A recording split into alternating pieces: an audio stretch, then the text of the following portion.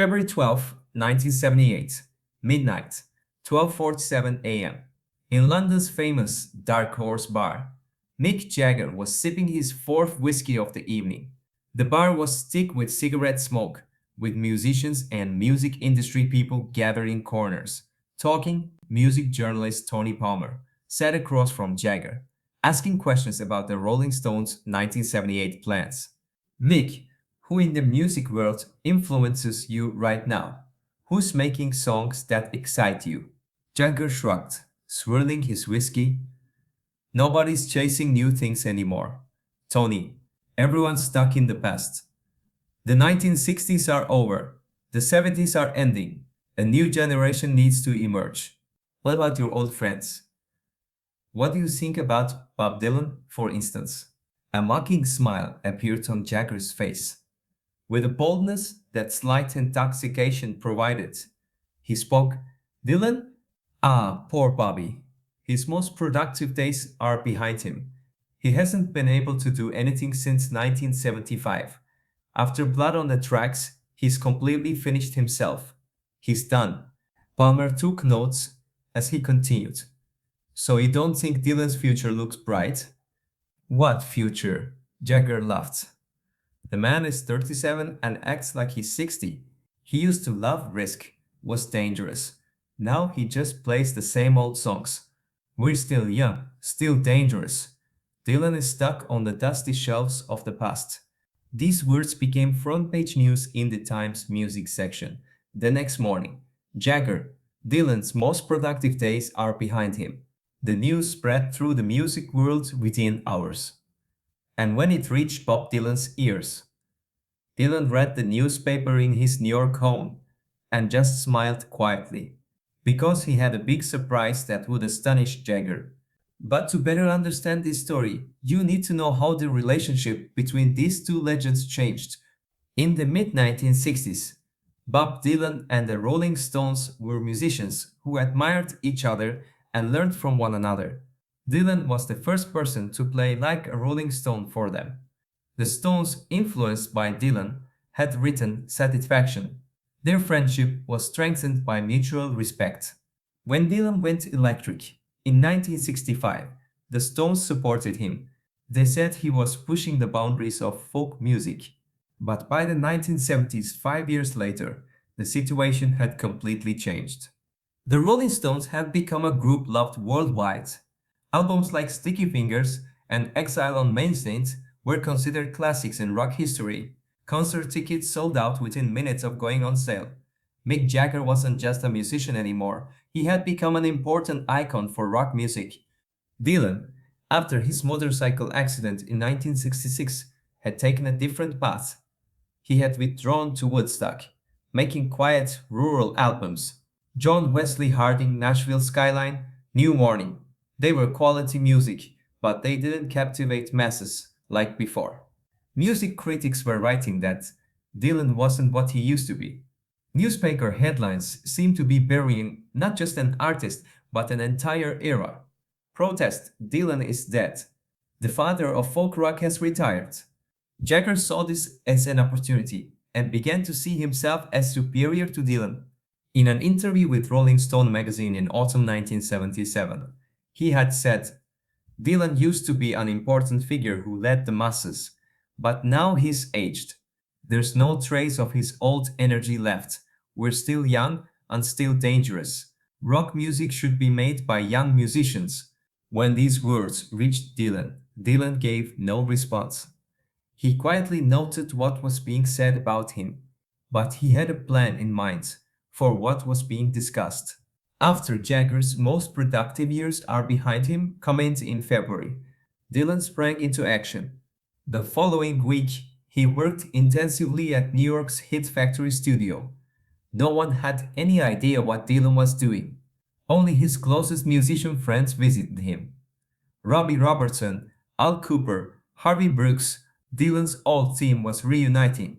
Even Dylan's manager, Albert Grossman, had no idea about Dylan's work.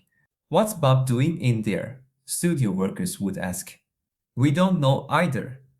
He comes early in the morning and works until late at night. And he doesn't talk to anyone. Dylan was actually bringing to life a project he had planned 15 years earlier. He wanted to bring new life to rock music. In mid-March, surprising news came. Bob Dylan had recorded a brand new album. But this wasn't like previous albums. The album was called Street Legal, and Dylan was making music in a style never heard before on this album. Hard electric guitars, very powerful drums, rockabilly rhythms, blues harmonica, even more aggressive and energetic than 1965's Highway 61 Revisited. Columbia Records executives were amazed when they first heard the album. Did Dylan really make this album? They asked. Yes, and this is his strongest work in the last 10 years. In the first week of April, the album's first song began playing on radio stations. The song called Lost Times became beloved by everyone overnight. The song's lyrics were Dylan's direct response to Jagger. They say my time is over, say I'm yesterday's news, but I got something cooking. Gonna give you the blues. Don't count out the old dog. He's got some fight left in him. The night is young, and so am I. Let the real show begin. Music critics who heard the song went absolutely wild. Dylan returns to the field. The legend is back with us. This is Dylan's best song in the last 10 years. Rolling Stone magazine urgently prepared a cover to address this situation. Dylan strikes back. But Dylan's real surprise came in May.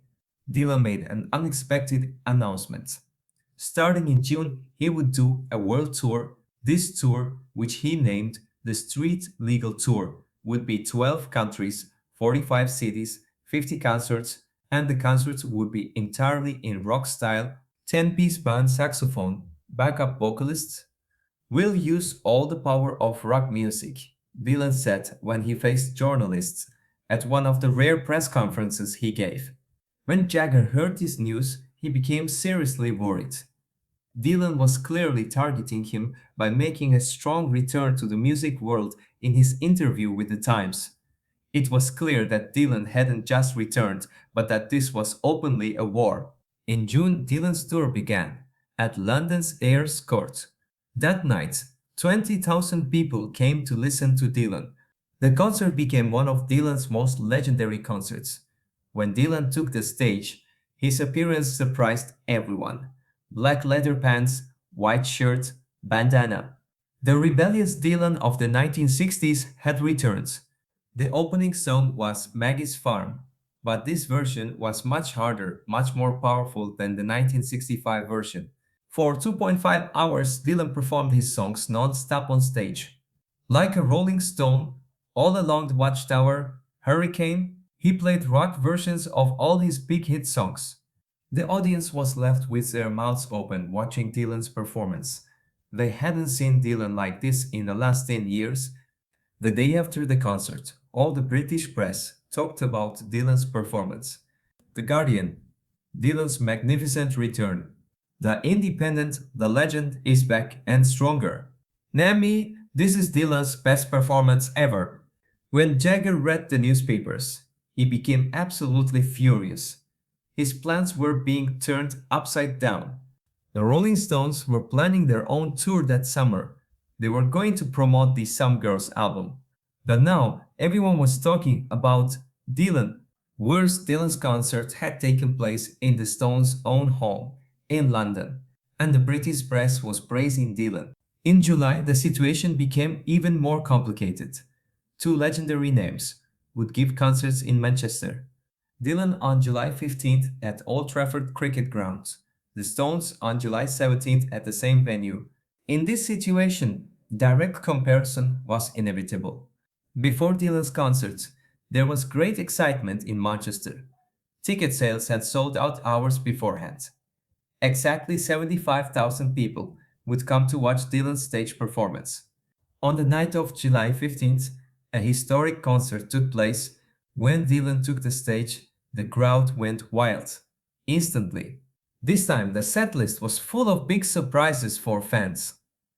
The rock version of Tangled Up in Blue, the electric guitar interpretation of Mr. Tambourine Man, the funk rhythm arrangement of Blowing in the Wind, Dylan took on a completely different identity with each song. Folk Dylan, Rock Dylan, Blues Dylan, all versions were displayed to fans by Dylan on the same night and same stage. The concert lasted 3 hours non-stop. Dylan was 47 years old but performing with the energy of his 25-year-old self. The final song was Like a Rolling Stone. 75,000 people sang the chorus in unison. How does it feel to be on your own?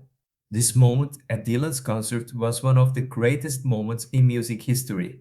On the night of July 17th, the Rolling Stones took the stage. The concert was good, the Stones gave a quality performance, but Dylan's impact was still being talked about by everyone. The press certainly didn't miss this comparison. Manchester Evening News. Dylan overshadowed the Stones. The Sun. Manchester Joe's Dylan. Daily Mirror. Stones are good, but Dylan is legendary. Jagger was very angry about this situation. He brought the group members together for an urgent meeting. This Dylan matter must end now. He got lucky once. We're much better than him, and we'll prove this to the whole world. But the real problem was this. Dylan was surpassing the Stones not only with his concerts but also with album sales. The Street Legal album sold more than 2 million copies worldwide. It became Dylan's best-selling album since Blood on the Tracks. It reached number 3 on the Billboard 200 in America. It became number 1 on the UK charts in England. In August, the MTV Video Music Awards were announced. Dylan won Artist of the Year and Best Performance awards. Jagger now had to accept this situation. Dylan hadn't just returned, he had become stronger than before. In September, the two artists came together at the same event, the annual gala night of the Rock and Roll Hall of Fame in New York. They met backstage. Jagger approached Dylan somewhat hesitantly. "Bob, I congratulate you. You really made a very good comeback." Dylan responded calmly. "Thank you, Mick. What I said in that interview. You know, journalists, sometimes. Let's forget it," Dylan said, laughing. "Actually, you did me a very big favor. I needed some motivation." Jagger was relieved. "You're still one of the best, Bob. You always were." Dylan smiled. "You too, Mick. But competition always improves music. Without you, maybe I wouldn't have worked this hard." This conversation had broken the ice between the two legends.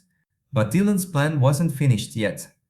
In October, another surprising news came. Bob Dylan had rolled up his sleeves for a new album. This time, in a completely different style. Acoustic, calm, thoughtful, and lyrical. The album's name was Slow Train Coming. Dylan thus proved that he could both make rock music as he wanted and still maintain his mastery in acoustic music. When the album came out in November, he managed to surprise the music world once again. This album, completely different from Street Legal, was showcasing Dylan's versatility. Rolling Stone magazine cover. Dylan's double victory, both rock god and acoustic master. Jagger understood. Dylan hadn't just returned, he was starting a new era in music. In 1979, Jagger gave an important interview to NEMI magazine. "Last year, I said very wrong things about Dylan. I wish I hadn't said them. He wasn't finished. He was just resting to gather strength. Now I understand that Dylan never ends. He constantly renews himself.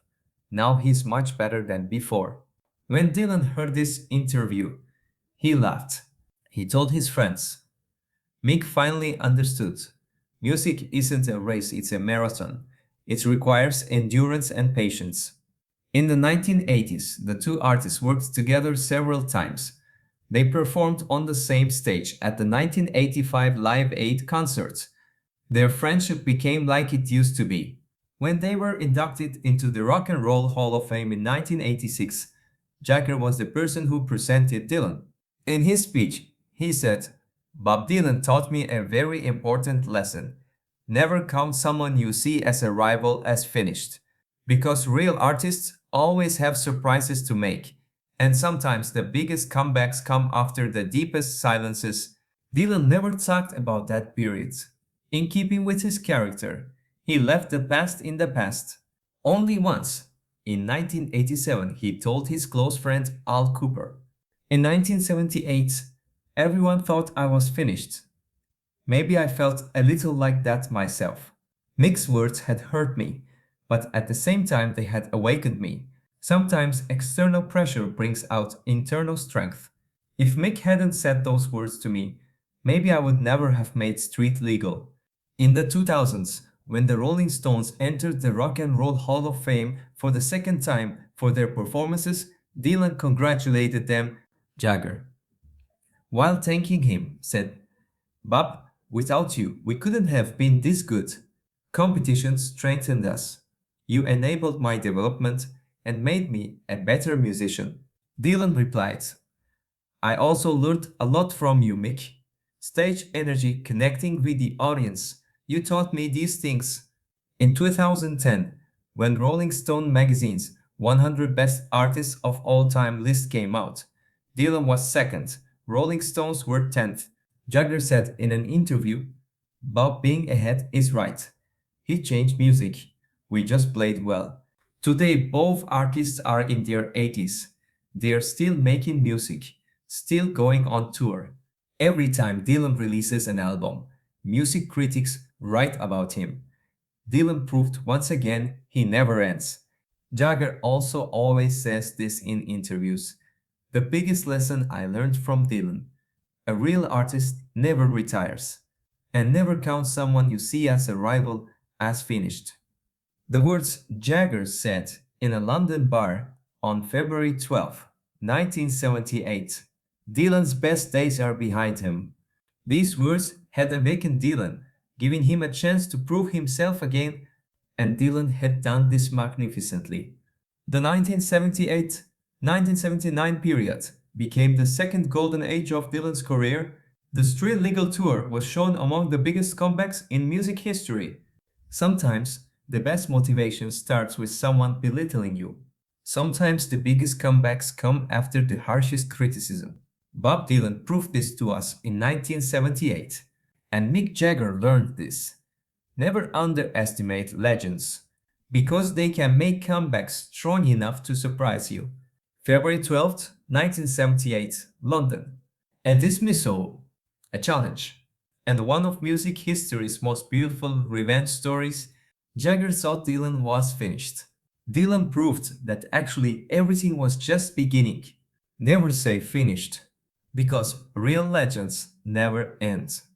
They just prepare quietly, and when they make their comebacks, they shake the world.